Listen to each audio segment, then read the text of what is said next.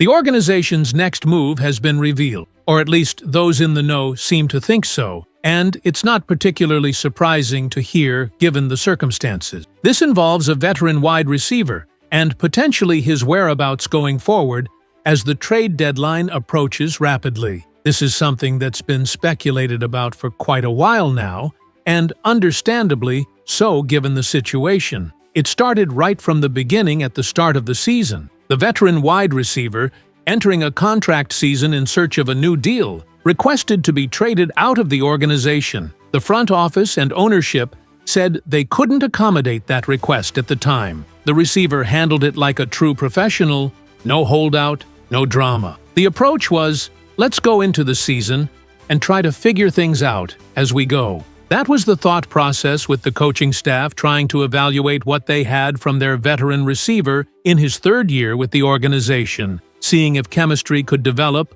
with the starting quarterback. Hey Raiders fans, if you're following along with this analysis, I have a dream to hit 1,000 subscribers on this channel. It would be incredible to have you on this journey with me. Go ahead and subscribe, hit that notification bell, and let's grow together. Your subscription means the world to me and the future of this channel. Now, let's keep going, because there's still so much more to discuss. But as we know, it hasn't really worked out particularly well. As a result, the speculation about what many thought would be the case, regardless of the team's win-loss record at this time of year, has intensified. That the organization is open to the idea of moving him, not actively making all the calls themselves, but if they get the right offer for the right package and the right deal, they're going to pull the trigger on that transaction. Major reporting has been on top of this situation right from the beginning. Subsequently, after that initial report came out,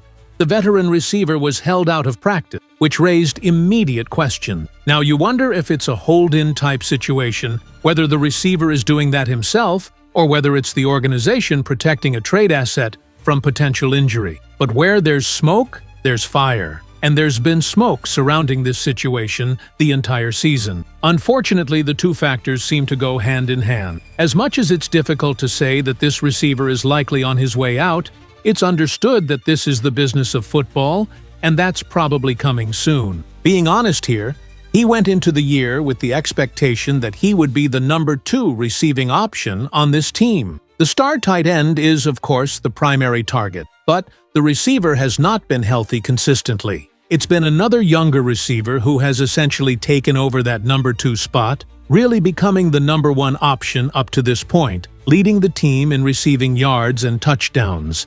As a result, the veteran receiver just has not been able to have things click to this point with the starting quarterback. Admittedly, not many players have been able to have things click with that quarterback through the first 5 or 6 games of the season. But going forward, you have to wonder, what's next? Will he go somewhere else and try to see if he can get things to click with a new quarterback in a different offensive system? When analyzing this situation deeper, this is something the organization has to seriously consider given where they're at right now. They have to dig deep and really explore all options. The receiver has every right to ask for a trade, just like he did at the start of the season. Looking at his average annual value in this contract season, he's making approximately $11 million this year. Just for context, that ranks as the 32nd highest paid wide receiver in the league. Looking at the names of players making similar money, you could collectively agree that he's better than just about all of them,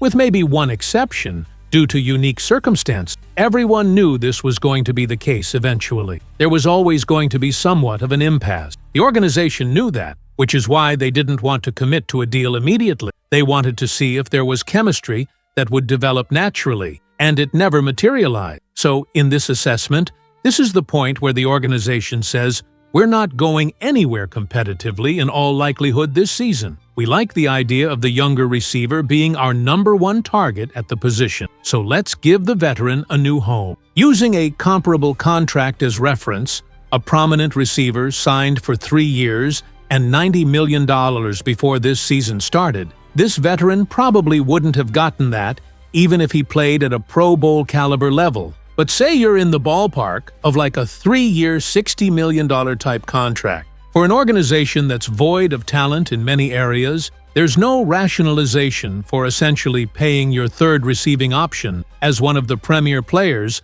on a team that needs significant help in multiple positions. The team is slowly starting to figure some things out at times, but there's a young receiver who will be an option going forward. With the quarterback situation likely being rebooted next year and completely redone, the younger receiver is expected to be that top pass catcher hauling in passes from whatever quarterback ends up throwing to him. The star tight end will obviously remain a focal point as well. Going forward, collectively for all parties involved, it would be best to make this move happen. Now the question becomes, where does it make sense as a landing spot? In this analysis, there are three places that make the most sense as potential destinations. First, there's a team in Pennsylvania that could provide an opportunity for him to be that consistent number 2 receiver next to their star wideout. They've been searching for that complementary piece, and the pairing would work really well together. Second, there's an opportunity with another team where he could essentially become the number 1 receiving option while their rookie receiver is out for the foreseeable future with a significant injury. That's potentially the best situation all around, especially if he's going to be somewhat of a placeholder for 1 year to try to maximize his value going into free agency. Finally, the landing spot that best suits him in this opinion is a place he used to call home earlier in his career, reuniting with his former team after those initial seasons in his career. That feels like a place where he puts himself in the best position given the familiarity aspect. There's a better route to him finding both a present-day role and a long-term future going forward with that established relationship and history. They need a number 1 receiving option with veteran experience, there's existing familiarity, and it makes sense, especially given where he's at in his career. That franchise appears to be on the upswing and potentially competing for playoff positioning. In this assessment, that's probably the most realistic and sensible landing spot for the veteran receiver going into the trade deadline, into next season, and maybe even beyond that. This is in all likelihood going to be his last real significant multi-year contract. So he's going to navigate this carefully, examining every detail and considering every factor, because after this contract, every deal after is probably looking at 1-year deals, or maybe 2 years maximum. This is probably his last chance to secure a 3-year deal going forward. On the organization's side of things, if it's not one of those 3 teams, regardless of who calls back, if they present an offer of a 4th-round pick, or even better compensation, you probably execute that trade. If you're not going to re-sign the player, and you're going to let him walk anyway, you're not in the business of offering him a massive contract over 3 years. Let him go find his market elsewhere. You're not competing for championships anyway, and you need to use that financial resources elsewhere to fill more roster spots rather than paying your 3rd receiving option as one of the highest paid players per year on the squad. Everything about this receiver as a professional is appreciated. His arrival with aspirations of being a consistent number 2 option, how things didn't work out with personnel changes, how he handled everything like a professional last year with no complaints about his target share, just a modest, humble, consistent veteran. It was reasonable for him to request a trade earlier in the season. When that didn't work out, he said okay, he'd play half the season and reassess at the trade deadline. That appears to be exactly where things stand. And sooner rather than later, he might be wearing a different uniform and playing for a different organization.